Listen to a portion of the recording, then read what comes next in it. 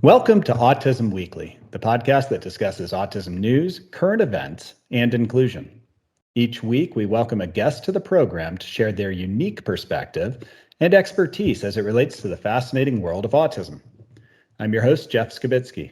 I'm the founder and president at ABS Kids. I've been in the field of autism and applied behavior analysis as a clinician and advocate for nearly 2 decades.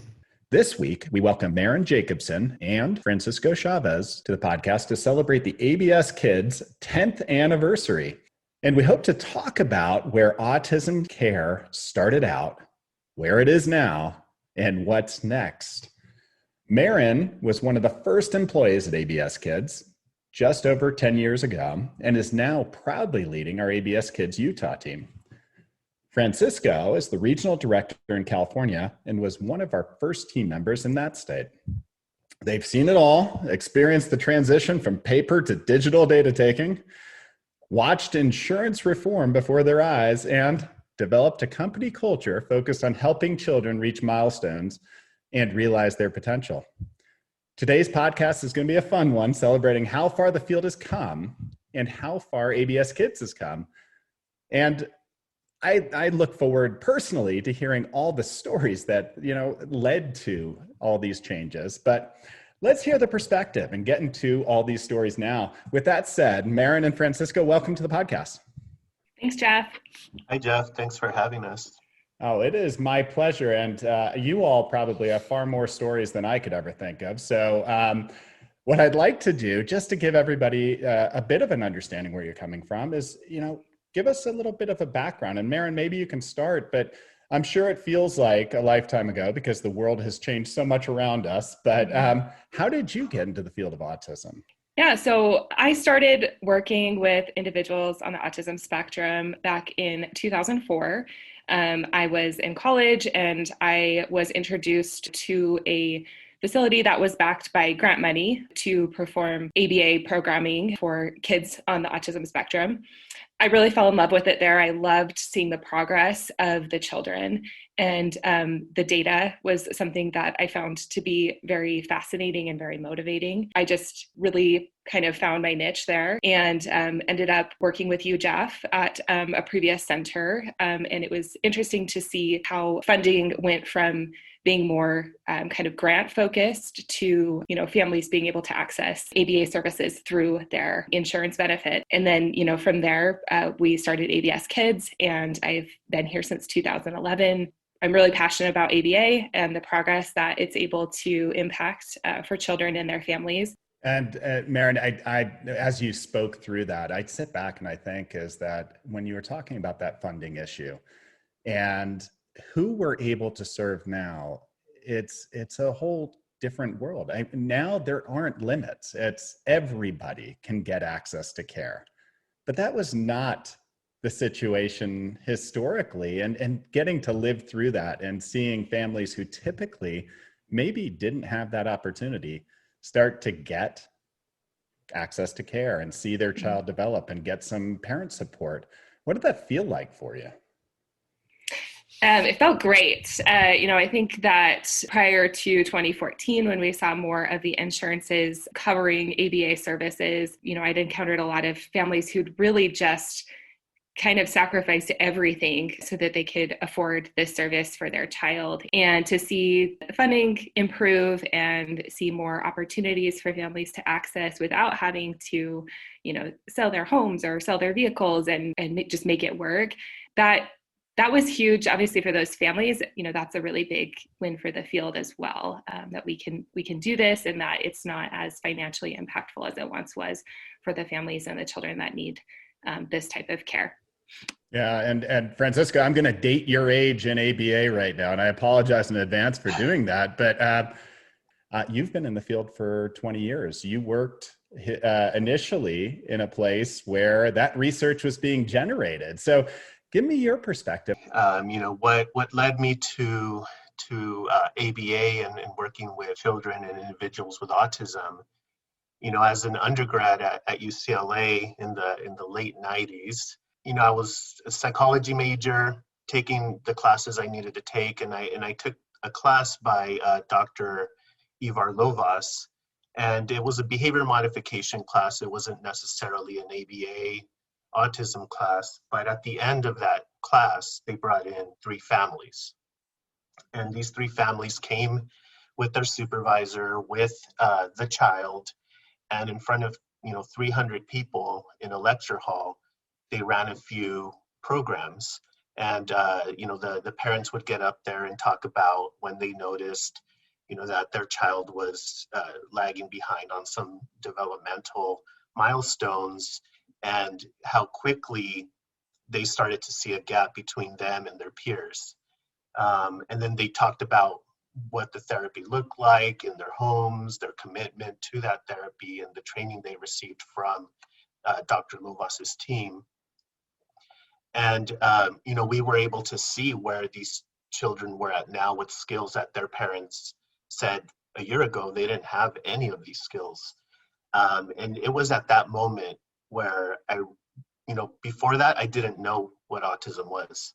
I didn't know what ABA was. But at that moment, I said, hey, this is something I didn't know I could do with my psych degree. And, I continued taking there were a 4-series course. I continued taking that and eventually ended up working there and moved around through the Southern California area to different communities. And I think, tailing a little bit on what Maren said, when I moved from West LA, working in the early 2000s out there, families had the means to either pay for the service or, to hire an attorney to help them obtain funding for that service from either a school district or from a regional center. When I moved to the Inland Empire area of Southern California, 50 miles east of LA, that wasn't necessarily the case. Families didn't necessarily have the means to do that. So it was a lot more difficult for families to obtain. As we've had those mandates, California, I remember sitting with you, Jeff, in the Nevada ABA conference, just checking Twitter every 15 minutes to see if the mandate had passed or not in California, and it passed when we were sitting there in 2011, and it was enacted in 2012. That's really just opened it up for a lot of these families. And so while where I started, it was very research driven still, even though the research had been published and we were maybe, another 12 years out from when that research had been published, it was still very research oriented. And, when those mandates came out and access became available, it quickly turned on to how do we now put this into practice, but still stay true to what research has demonstrated is going to work and is effective, and how do you navigate all these individual family needs with what the research says, because anybody that's a BCBA out there knows that you're not just coming in and implementing Cooper's book. You're coming in and you're adjusting to the family's needs and really finding what's important to those families so that, one, they stay involved in the program, but 2, it's effective. And when you walk out that door at the end of the day, it's something the family believes in and continues, with their child for, generalization purposes and maintenance and all those things. Yeah, if only a book could get you there, right? It's so funny is how hard that job is, even though it's so rewarding, is that you do all these studies, you get yourself prepared for it, and then, wow, I'm in front of the family and I'm in front of the kids and life now has started. But that actually brings me to, you all have so much experience in the field. And Maren, I'm actually going to throw this back to you right now. But when you sit back and think, what is that one memory that kind of sits in? It could be with a family or a child that kind of makes you think, wow, I did that, or, that was probably the craziest day of my life. Because those are the things that keep people in the field. It's the stories, it's the connections, it's those families, it's the kids. But what's the one for you? It's so hard to choose one. I think, generally speaking, there have just been a lot of moments where you get to see the impact of ABA for the parent or for the family. grandparents are always great. Grandparents and aunts and uncles who come visit from out of town are always a great indicator of patient progress because, they see the child a couple times a year at most if they live far away. And, I think hearing, wow, like they're leaps and bounds from where they were 6 months ago, from someone whose last interaction was, maybe minimal vocalizations or minimal, social interaction. And now the child is, communicating with them in whatever way, that child can access. And that's a huge moment for the family and for the providers on the case as well, because that's what we're all here to do, is to help this child to, access their family and their community. And seeing those moments and then seeing the reciprocation of that with the family have always been my favorite parts of being in this field. And, being able to witness that time and time again has just been my favorite, memory of being an ABA provider and working for an ABA company. Yeah, and you mentioned grandparents, and it just triggers memories for me of just sitting there and having those family members come in who haven't seen the child in 6 months and finally be able to play that game, or where we have clues to where the grandparent might be and the child has to follow it, and you see the excitement of the grandparent finally getting to engage with their grandchild in such a meaningful way that they're almost springing out of the closet to say, you found me. And those are things that they probably never thought that they'd have the opportunity for some of the kids, is to be able to engage on that level. Francisca, I'm gonna put this in a different way. I know that you've had some super fun clients or patients in the past, and I'd be curious to know, what's kind of the oddest session that you've had to run in order to keep a child engaged? Or what are some of the things that you're like, all right, so I'm too old to be doing this. You got to be kidding me, where you were out there and kind of having that fun experience? Well, a few people, know this story, but I worked with a little girl. She kind of stood out, I should say, from, all of the clients that I worked with. And I was maybe 20, I think I was 24 years old or so, and she was 4. She had some challenges playing, socializing, and I knew she was really, really into Barbies and princess things. So I had to go full Barbie princess mode, trying to draw on what I had seen my cousins and my sisters, play when they were kids, and just really just get deep into the Barbie princess culture, I guess. And, if I had to put on some, little veils and, maybe some makeup, I don't know. I'm not going to confirm or deny that. But, whatever I had to do to really get the engagement from this little girl, who, didn't really want to engage. And you know what? She did engage. And, she, I remember, hearing the little snickers of mom and dad in the other room, as they heard me playing, Barbies and princess games. And, a few of my colleagues know, about it. And I still, it's been over 20 years since I did that or around there. And I still hear about it, those games that I played with that one client. But I think that you're lucky that the advancement of technology was not in place at this point, or else we might all have that viral video of Francisca playing with the Barbies that, might be on repeat in some of our homes right now. But it'd be on repeat in my own home, I'm sure. But we'll go into technology later. But and Francisca, I'm actually gonna pose a question to you right now that when you started at ABS Kids, is that you started in a position that maybe we didn't think was going to be as needed as it is right now. You were doing remote services, opening access to care for areas of Utah while you were in California that never had ABA services before. So you're kind of a groundbreaker for a lot of the things that we needed during COVID.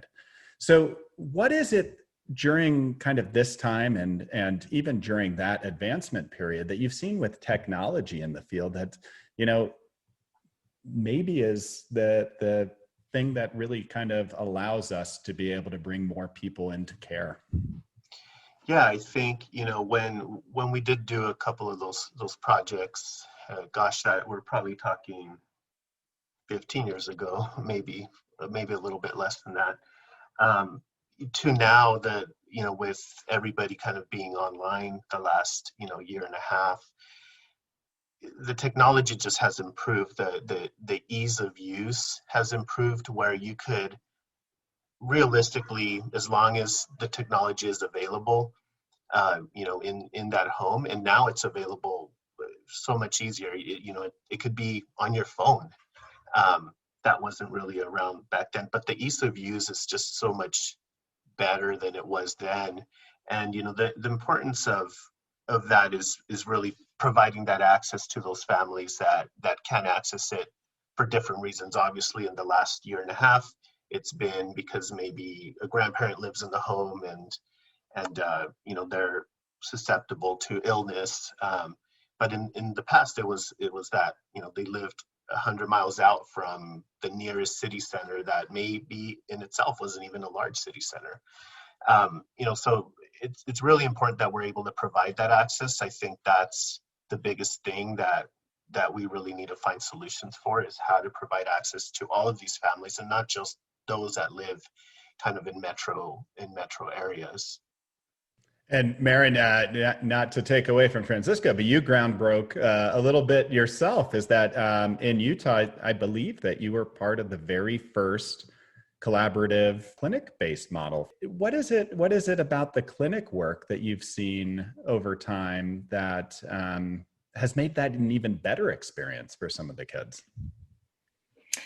Yeah, I think that the ABA clinics just offer a setting that is conducive to a lot of things that are a little bit more difficult to access consistently in the home and even community environments. Sometimes we can teach directly to social interactions, between patients, and that can be a really successful aid for ABA is to have peers available who are sometimes working on the same types of skills, kind of supporting each other with learning how to reinforce and interact and attend to each other. Obviously there's other benefits, like, we have the child's full attention, and the distractions that might be in their home environment are, a little less so in the center. Plus it's just really fun. It's a really fun and positive environment. I think that our team members really enjoy being here and working together, and seeing each other implement the ABA programs and structures that we have in place. And so, yeah, I think it's been really exciting to see our center growth across the company, and for myself in Utah.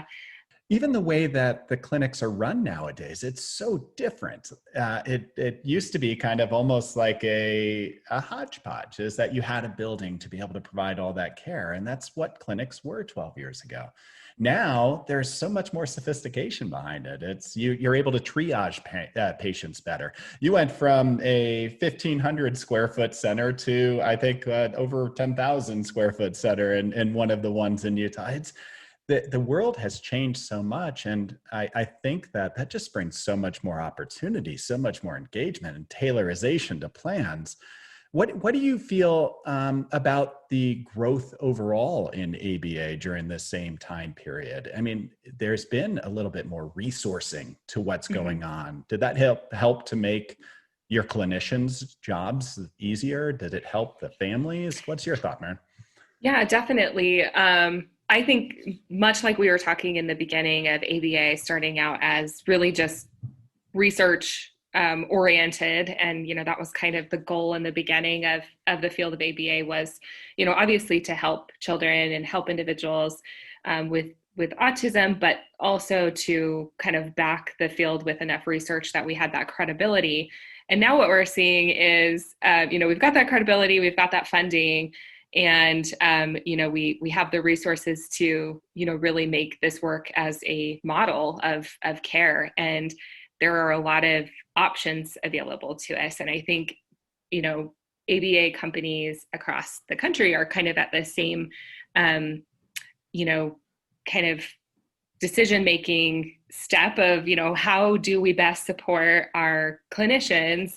What resources are needed? What administrative supports are needed to make it function so that, the BCBAs can do their work and be focused on the clinical aspects of their job.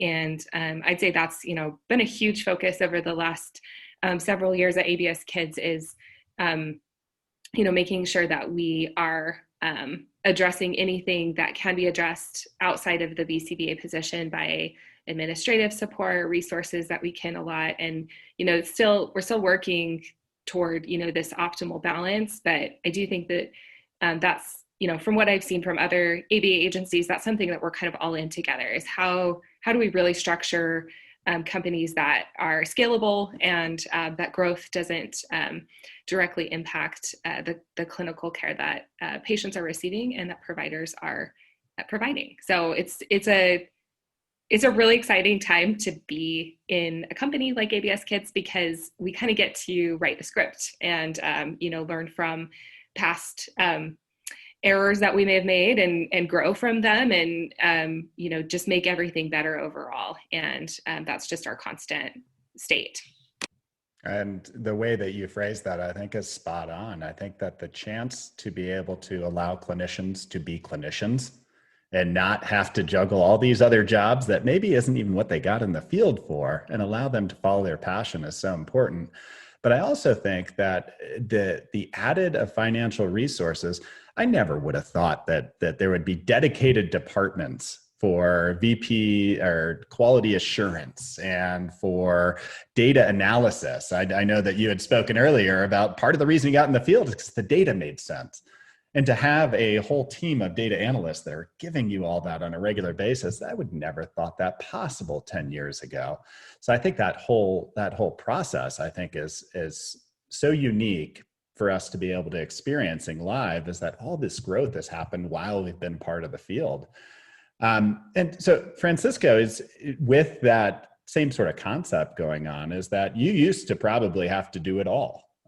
You probably had to wear every single hat in the field at one point of your life, from scheduling, where you probably managed binders of schedules. I don't even know how that probably was possible, but without technology. But tell me some of these technological advancements that have made the job easier, so that you're not doing your workout during the day trying to carry everything from child's house to child's house just because you have 8,000 pages of notes. Yeah, I remember those days, driving late after sessions, down to another patient's house that may have been, 20, 30 miles away in LA traffic, just to grab that logbook, to go home, eat something quickly, and then start going through the pages, hoping that pages didn't get ripped out somewhere and that you had all the data that you needed to prepare the data for the meeting tomorrow, with the behavior analyst and with the psychologist and the rest of the team to really see where, we could progress the programs, to today. We have a lot of, different companies that have seen the need for this data to be collected in a way that really, I think, then allows us to provide more access, because we're not needing to hand tabulate everything and create graphs on Excel for every single target like we used to have to do. We can now see more patients. And so these companies that have, really taken a stab, and they've come a long way, but probably have just as far to, continue to go to kind of develop the ease of use and, have enough bandwidth to support everybody that's getting on at 3 p.m., on the West Coast at 3 seems to slow down a little bit. It's just everybody getting home from school and session starting, everybody logging on. But it's really made it where I think just we're able to provide more access. We're able to have faster real-time data that we can look at, and we don't have to wait for that whole week or 2 weeks, or even, when I did some consultations outside of California, in Nevada and Mexico that, we didn't have to wait a whole month to see the data. I can see the data right now if I wanted to on a patient that I was tracking and see, does it seem like the change I made last week is taking effect, or, is this something that maybe we need to take a look at a little bit faster? And ultimately that's going to lead to better care, because we're going to be responsive a lot faster to that data now than we were able to, 15, 20 years ago, when you had to not just wait a week to grab it, but now you had to spend hours tabulating it, and you were hoping that, that you had all the data that that your team was collecting.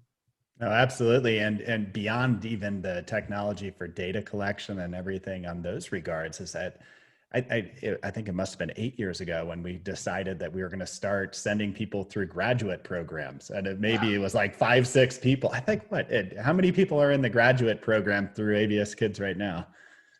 Wow. I think it's like 150. Yeah. Close. Yeah.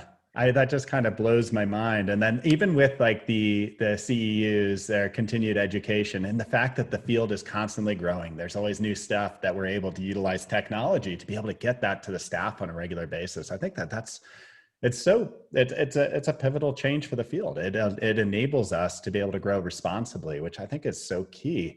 I'm actually going to pivot now too, but I wanted to kind of go in. I know that Francisco, you and I had spoken a few months back about one of our old kiddos that was now going to be trying out for a dating show and all of this. But I'd love to hear. Do you ever hear from any of the families that you served 10 years ago about where their children are at? And maybe Francisco, do you have any of those stories? I'd love hearing those. I don't know how much time we have left here, but I have tons of stories on this topic.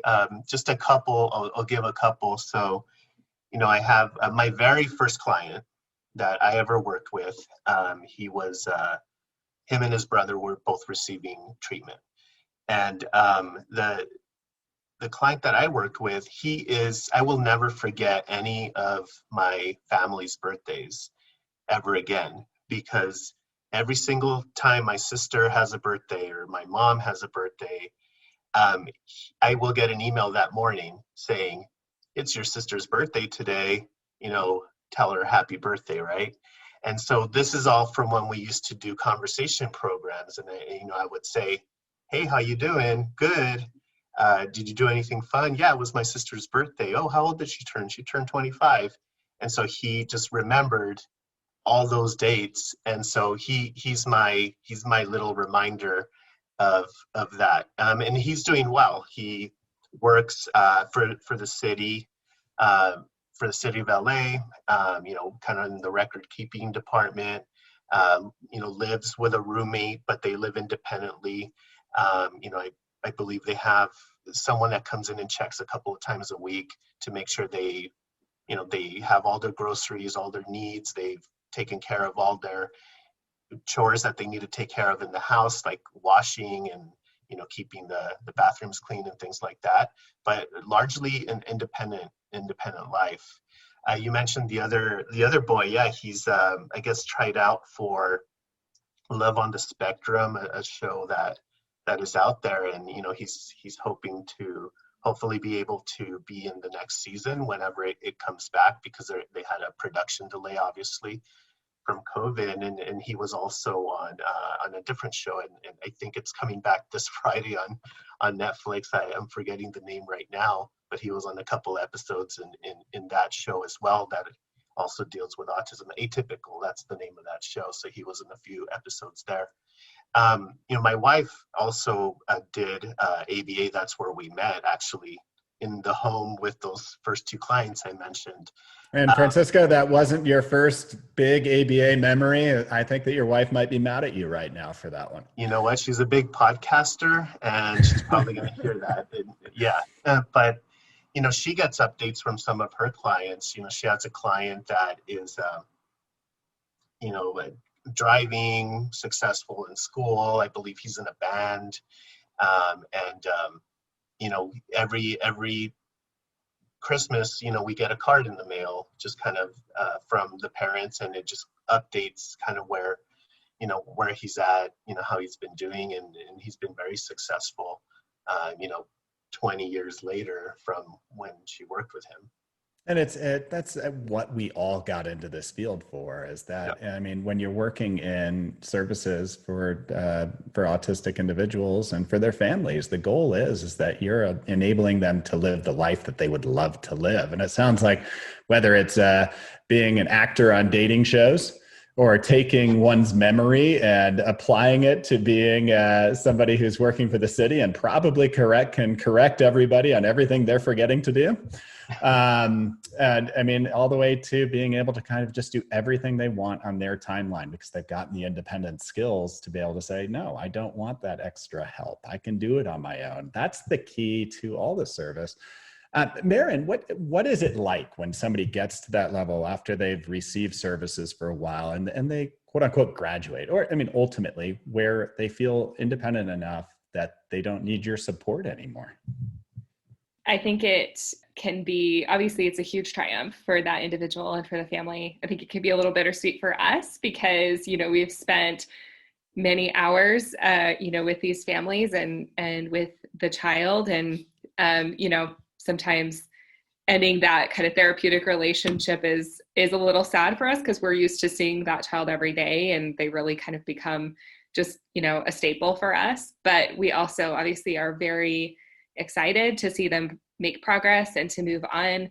And while you and Francisco were talking, I was thinking about how I keep in touch a lot with patients over social media, as they become 18 and they have their social media, and, they will request to be my friend or like follow me on Instagram. And it's just really fun to keep up with them and see what they're doing, whether it's internships or jobs or, vacations that they're going on, and with their family, and just being able to stay in touch. I think I have twin boys, and I post a lot on Instagram, pictures of them. And my husband was with them recently at an aquarium, and I guess a former patient recognized them from my social media and came up and said, "Hey, we know Maren." And so that was kind of fun for them to introduce themselves to my family, even though I wasn't there. But you make these connections that are, even after the fact, if you're not keeping in touch with everybody, which is totally normal because, that's not necessarily part of what we do, but it is always nice to be able to just get those glimpses into kind of how these people that you've spent a lot of time with are doing after ABA, and, having that point of contact and kind of being able to, hope that that's how well things are going for everybody else. But it's just a really exciting time for the families when our supports are no longer needed. And that's obviously what we want to do. I think there is some kind of a phrase or like a saying that we say is like, our goal is for us to not, have a job anymore. Is we want everybody to be making the progress that they need, that we're not needed, at least for that patient. We can put our focus and our emphasis elsewhere for a child that is, needing that support. Absolutely. And there are times where, just being a clinician, there's going to be gaps between seeing some of these gains. I would imagine those stories and just being able to share those experiences or hearing from an older client or patient is that you get that feeling back, that, it gives you the energy and it helps put things into perspective, that it might not happen in 3 months, but in 2 years, they might be excelling far beyond anybody's dreams, which is that's why we're here. We used to probably have very different concerns about the field in the past, is that, we're all in it for that same reason Maren was talking about it. We're in it because we want to make a difference, but there's always different challenges. And historically, it might have been that we didn't have enough opportunity for growth, or we didn't have enough BCBAs in the field, or something to that effect. Francisco, what is it, I guess, that, is still the thing on the horizon that that makes you worry in the field of ABA, or makes you say, not necessarily I worry, but we're going to have to solve for this eventually? Yeah, relatively ABA is still a very young field. And, I recall back when I was a BT, that RBT wasn't a thing back then. And, if you had your BCBA, you were one of a very select few, back when I got started. And, obviously, that's grown. We see a lot more, BCBAs in the field now. And we did go through a period where, if you became a BCBA, you had probably been in the field 5, 6, 7, 10 years, and had a lot of experience working with families. Then, quickly, ABA became known, and we saw a lot of students kind of coming straight out of their bachelor's, straight into a master's program, doing a year and a half, 2 years of RBT work, and then sitting for that exam. And so, the concern I had was, are these individuals seasoned enough to really be able to take the science and apply it? And it's something that honestly I can say it's just been through experience. I've been with families that I wasn't effective initially, and it was just, I didn't have enough experience to really see the bigger picture of how do I take the science and apply it to this individual child and this individual family, and make it meaningful. And so my concern has been that I think the board, has done a lot to address that in the requirements of unrestricted hours, the different classes that have been added, the ethics that has been added over the last few years, and they're constantly adjusting that to make sure that students going through a master's in ABA program, which wasn't even a thing back then, right? Or getting that graduate certificate in ABA, that they're really coming out far better prepared, and there's more time there for experience to be gained. Because at the end of the day, when you walk into a house as a BCBA, you're taking that science and then you're adapting it to that family to create change that's going to last and be meaningful for those families. Absolutely. And I think that this is something that we've foreseen for a little bit. I think it was back in 2016 that ABS Kids decided to go through the accreditation process for the Behavioral Health Center of Excellence. And it was for that same reason, is that we need to make sure that there's that quality piece, that the training's there, that the administrative support is there, and that we're meeting a specific standard for care. And I think in the industry is that, the Council of Autism Service Providers that is trying to build their own accreditation standards. But maybe it's even looking at, the having these quality departments that gives transparency to the families on, how it is that the company is performing, and maybe not even just the individual BCBA. But I think that that's a good thing to solve for. And there's so much out there, but that's a great one to kind of focus on. I'm gonna flip the script, Maren, and just say, what is exciting about the field of ABA right now? What is it that's coming on the horizon that you're super excited to kind of see and to experience? It's growing a lot, and that's very exciting to see new people like Francisco and I both were at one point coming into the field and really falling in love with the science behind ABA. And the progress that they, can impact for their patients.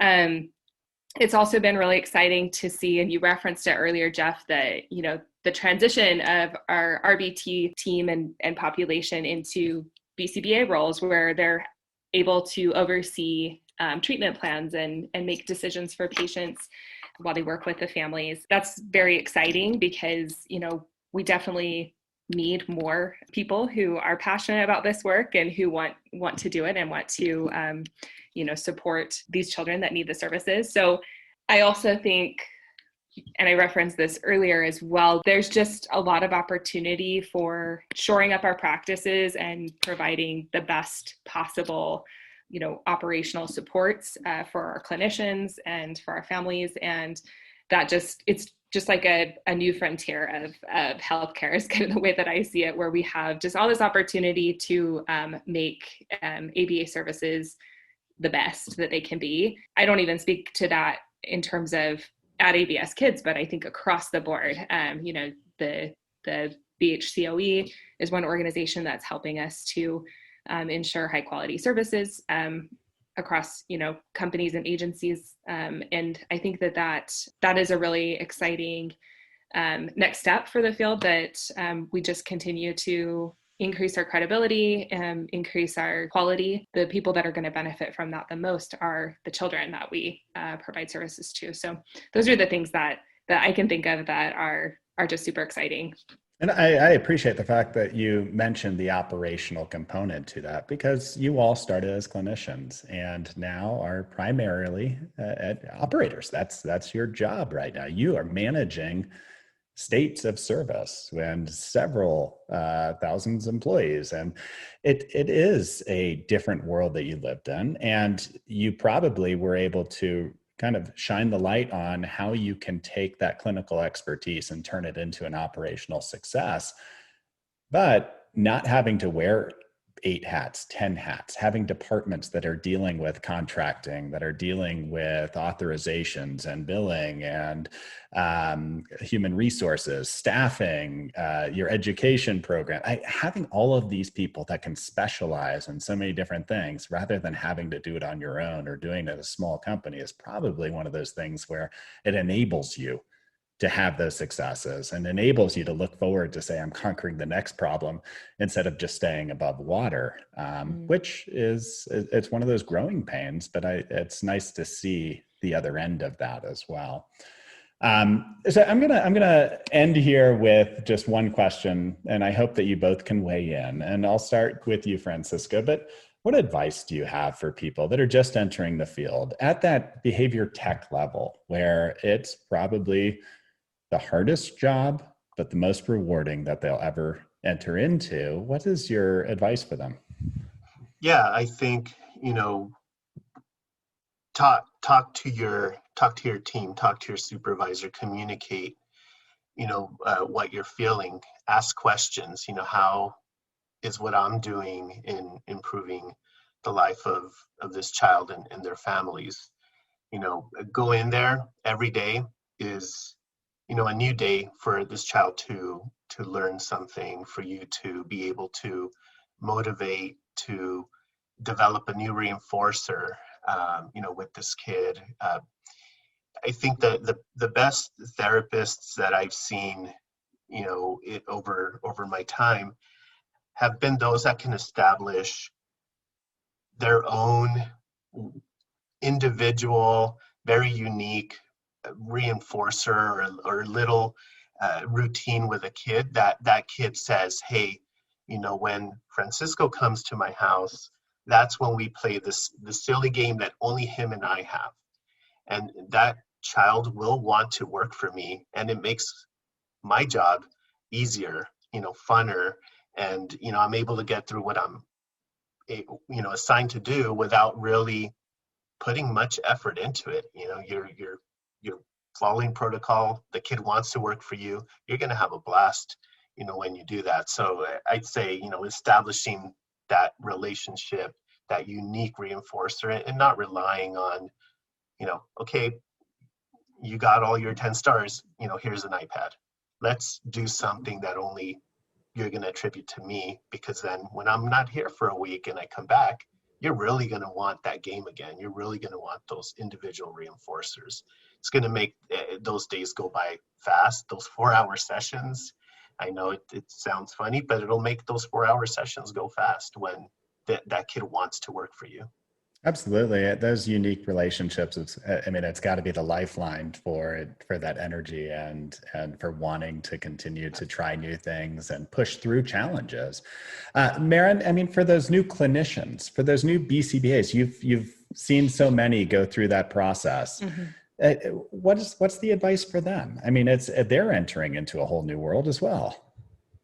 Yeah, I always tell our new BCBAs, don't be afraid to ask questions. There's no, training that's comprehensive enough to capture every unique situation. And, we have at ABS Kids, we have assistant director teams that help to facilitate responses to those questions and to collaborate on those responses too. So, I think asking questions is really important. And then also providing feedback on, what are the resources that we're missing, or what are the supports that we need to create to make the BCBA experience better overall. And those are like the key things that I always tell our new BCBAs. And one other thing that I would just add to that is, there are a lot of difficult situations that come up when you are working in this field, and a lot of difficult conversations that you have to have, whether that's with someone that you're supervising, giving them feedback on how they need to improve with a patient, or improve with their performance. Those conversations, they're difficult for everybody, and those situations are difficult for everybody. And so really looking at opportunities or looking at those situations as opportunities to grow professionally and to grow clinically, rather than, kind of dreading or, just being anxious about it. Look at it as an opportunity to grow yourself and your skill set. So the next time that same situation comes up, because it definitely will, you will be more empowered through your previous experience of working through that. And again, like we want people to feel supported in those situations. And we also want people to feel like they can handle them as well, without an exorbitant amount of stress. And, so those are the key things that I always like to communicate to our new BCBAs as they're coming into our team. Wonderful advice, and just having a team to be able to use as that crutch as you're learning those experiences is. It goes back to what we talked about earlier in the podcast. Is there is a book out there on behavior analysis, but it isn't that book that's going to make you a great clinician. You need the principles from it, but it's that management, that understanding how to be a leader, how to kind of take the uniqueness of each child and use that as a strength towards programming. All of that is stuff you learn on the job, and having that right team around you is so important. And on that same note, I want to thank you both, because you all have been wonderful colleagues, wonderful friends over the past 10 years. Francisco, a little bit longer, just because we started out together in California well before those 10 years of ABS Kids. But it's been a pleasure. And just watching where things have gone as an industry and as a company, where Maren, you are part of the pilot program that led to insurance reform in Utah. So you are part of the reason why children in Utah have autism insurance coverage. Francisco, you helped to develop an education program. We're the first professor for ABS at National University, which is now putting through 150 students. I mean, these sorts of things you never would have thought they were going to happen 10 years ago. To go from a company of 6 out of a house into several thousand employees and working in numerous states. And yet we have gotten stronger clinically and operationally and culturally over that time. So that's a testament to your all's work, and I appreciate that. So thank you. Yeah, you probably don't want to hear this because you're very humble and don't like to hear this type of stuff. But I thank you, Jeff. 15 years ago, had a vision about providing quality care to an area that was lacking, access. That's really, what you were interested in. And, we really didn't know how to do that, right? Behavior analysts would say, we're just behavior analysts trying to figure out how to run businesses, right? And, you had that vision to bring ABA somewhere where it wasn't saturated like California, but somewhere like Utah, and really provide that access to families out there. And 15 years later, one of the hot topics is access to care. And, even in California, we have hundreds of companies. We still don't have enough access for all the kids that need the care. But you had that vision 15 years ago and have really developed something that is doing it very successfully. And, we're not quitting. We want to make sure we continue getting better. But, you've done a very effective job in not just providing that access, but helping, legislation and lead efforts to continue providing, more of that access. So, huge accolades are deserved your way.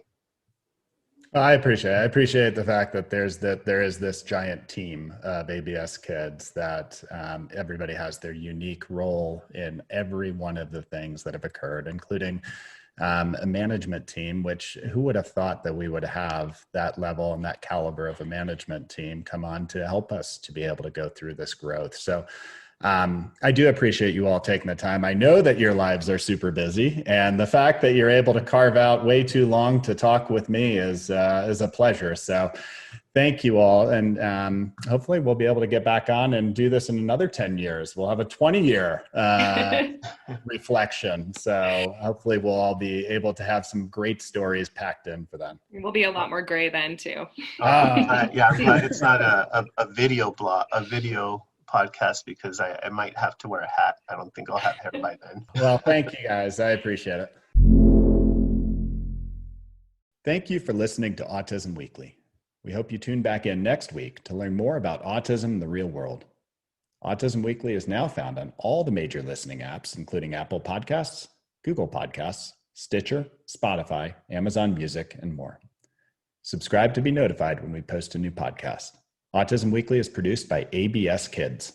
ABS Kids is proud to provide diagnostic assessments and ABA therapy to children with developmental delays like autism spectrum disorder. You can learn more about ABS Kids and the Autism Weekly podcast by visiting abskids.com. Thanks for tuning in. See you again next week.